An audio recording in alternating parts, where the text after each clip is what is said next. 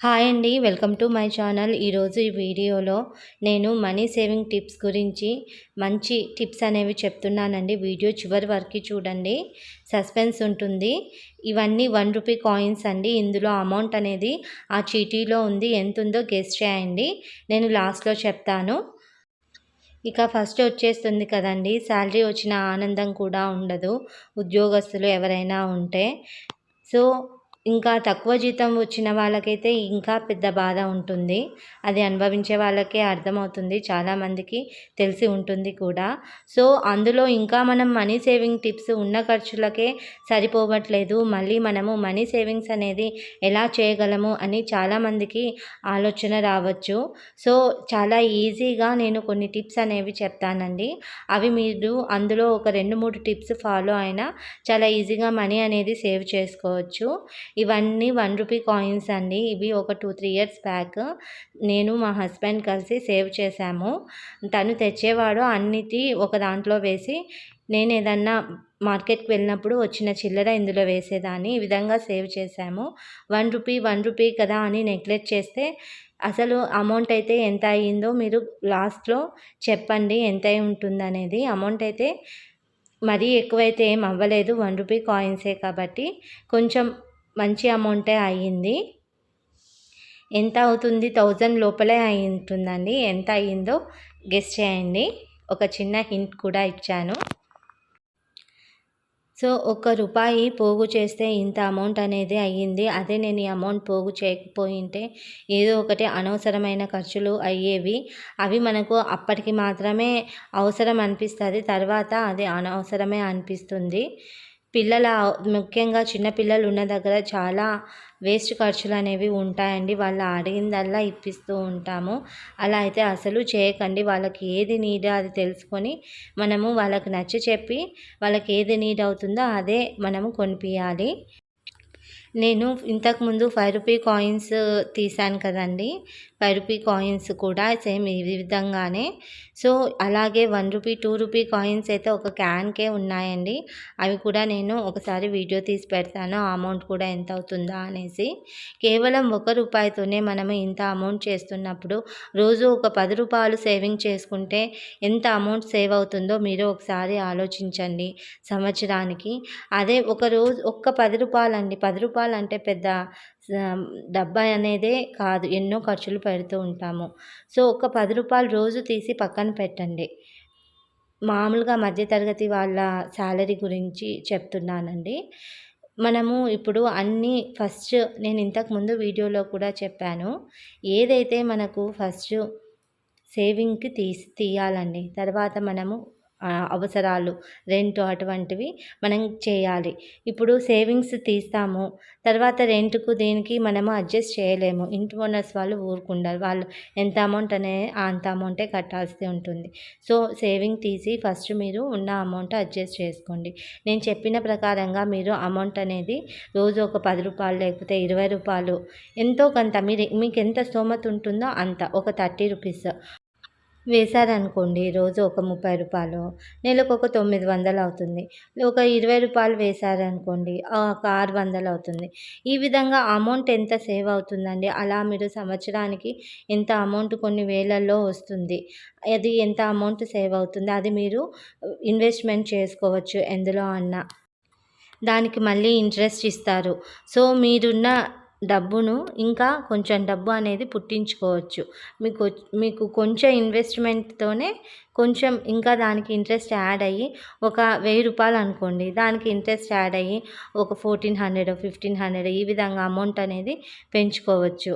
అదే మీరు ఏ అమౌంటు లేకపోతే వాళ్ళని వీళ్ళని అడుక్కొని వాళ్ళు ఇవ్వక మనస్తాపం పడి బాధపడి అలా చేసే బదులు ఈ విధంగా మనకున్నంతలో, నేను చెప్తున్నాను కదండి, తక్కువ శాలరీ 5000 రాని, ఎంత శాలరీ రాని, ఈ విధంగా ప్లాన్ చేసుకోండి, కంపల్సరీ సక్సెస్ అవుతారు. నేను కూడా ఇలానే చేస్తున్నాను. ఇదంతా ఒక 2-3 ఇయర్స్ బ్యాక్ అండి. మీరేమండి, మీకేమి జాబ్ చేస్తున్నారా అనుకోవచ్చు. నాకు జాబ్‌లు వచ్చేది చాలా తక్కువ శాలరీ అండి. అది సరిపోకనే నేను యూట్యూబ్ చేస్తున్నాను.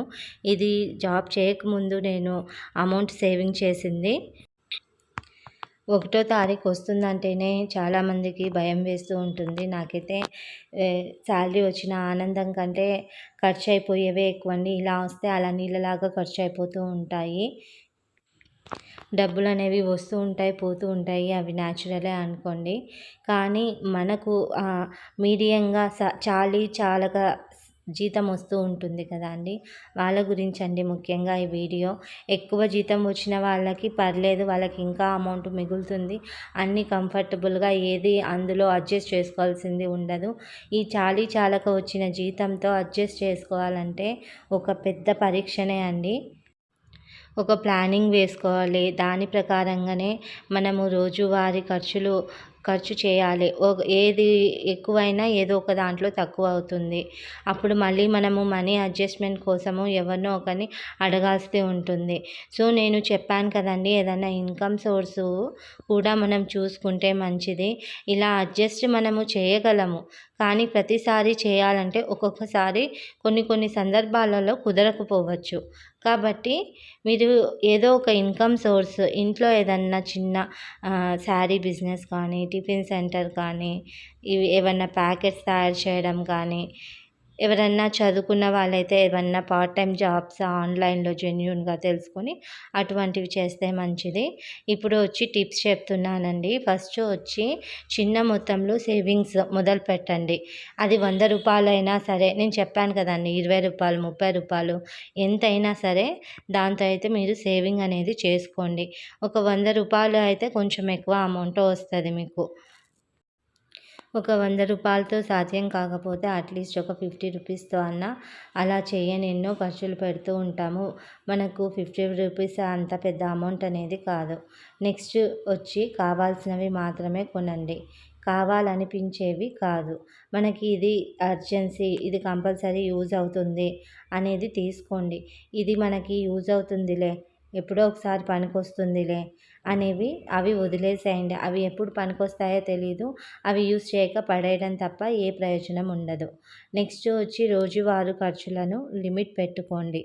ముఖ్యంగా రోజువారీ ఖర్చులు స్నాక్స్ అంట, లేకపోతే మిల్క్, పిల్లలున్న దగ్గర బిస్కిట్ ప్యాకెట్స్ ఏవో ఒకటి అడుగుతూ ఉంటారు. ఇంకా స్నాక్సే ఇవైతే వేలల్లోనే ఖర్చులొస్తూ ఉంటాయి రోజువారీ ఖర్చులు. రోజుకొక రూ. 150లో మాత్రమే ఆ రోజంతా గడిచే విధంగా చూసుకోండి. ఇంకా చిన్న లక్ష్యాలు పెట్టుకొని సేవ్ చేయండి. నాలుగో టిప్ వచ్చి చిన్న చిన్న లక్ష్యాలు పెట్టుకోండి. ఉదాహరణకు నెలకొక 500 సేవ్ చేసి 6 నెలలకు 3000 అవుతుంది కదండీ! అది ఎమర్జెన్సీ ఫండ్ కట్టండి. అది ఏదో ఒక దానికి యూజ్ అవుతుంది. అలా చిన్న చిన్న ఇన్వెస్ట్‌మెంట్స్ లాగా ఏదన్నా చేసుకుంటే మంచిదే. తర్వాత చిల్లర ఖర్చులు గమనించండి. ఇప్పుడు బయటికి వెళ్తే ఏది కొనాలన్నా మనము పేటీఎం కానీ, గూగుల్ పే కానీ, ఫోన్‌పే కానీ యూజ్ చేస్తున్నాము. వాటిలో ఏది సరే మనము అమౌంట్ కొట్టేస్తాము. రూ. 10, రూ. 20 అది మనకు అప్పుడు పెద్ద అమౌంట్ అవ్వదు. తర్వాత చూస్తే ఒక 2000 అయ్యేది ఒక 500 అవుతది. అంటే 1500 దాకా ఖర్చు అయిపోయి ఉంటది. అది మన కంటికి కనిపించదు. సో, అటువంటివి పెద్ద ఖర్చే అవుతది. అవి గమనించుకోవాలి. నెక్స్ట్ వచ్చి ఉచితమైన లేదా తక్కువ ధరలో ఉన్న వస్తువులనే తీసుకుంటే మంచిది. ఇంకొక టిప్ వచ్చి ఒక్కో రూపాయి విలువ తెలుసుకోండి. ప్రతి ఒక్క రూపాయి మనం ఎంత కష్టపడితే వస్తుంది అనేది ఒకసారి ఆలోచించండి. అప్పుడు అర్థమవుతుంది. వచ్చేదే చాలని జీతము.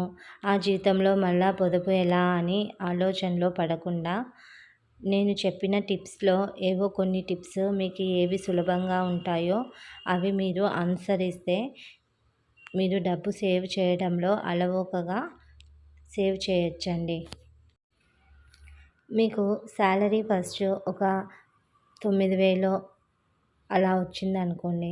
మీకు 8000 వచ్చింది అనుకోండి. అలా ఒక రూ. 1000 కానీ, అందులో ఒక 500 కానీ ఫస్ట్ మీరు ఏదైనా సేవింగ్ చేయాలనుకుంటే అందులో ఇన్వెస్ట్ చేయండి. ఆ 500 కదా ఏమొస్తుంది అనుకోవచ్చు.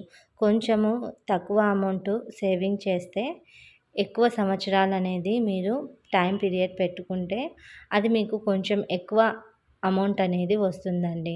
మీరు లేదు నాకు 6 నెలలకే కావాలి, లేకపోతే 8 నెలలు, అట్‌లీస్ట్ ఒక 2, 3 ఇయర్స్ అన్నా టైం పెట్టుకోండి. అట్లా 6 నెలలకే ఇచ్చేవి ఇన్వెస్ట్‌మెంట్స్ కూడా ఉండవండి. అట్‌లీస్ట్ ఒక 1 ఇయర్ అయినా టైం ఉంటుంది. సో, నేను ఆ ₹1 అన్నీ సేవ్ చేస్తే ₹650 వచ్చిందండి. ₹650 అంటే పెద్ద అమౌంటే కదండీ! ₹1 జమ చేస్తేనే ₹650 వస్తే, అదే మీరు రోజు ఒక ₹10 ఒక 20నో, ఒక 15నో వేస్తే ఎంత అమౌంట్ వస్తుందో మీరే ఊహించండి.